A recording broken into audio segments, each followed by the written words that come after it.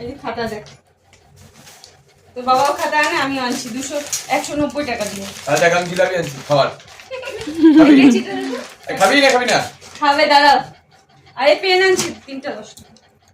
কম দামি। আর আমি কালকে আনছিলাম দিছিলি? আরে কিছু হয় না, ব্ল্যাক পেন আরে আনছি। কিছু হবে না এখন। রাফ ইউজের জন্য। রাফ ইউজের জন্য।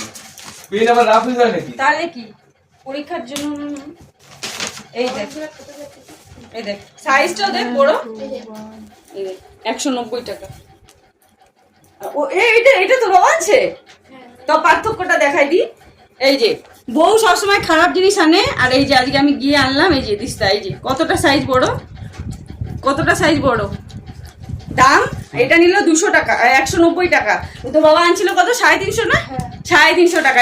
এবার পার্থক্যটা দেখো তোমরাই, যে কে ভালো আনতে পারে। এই দেখো সাইজ, এই পাশেও দেখ 2 আঙ্গুল এর বেশি, এই পাশেও দেখ।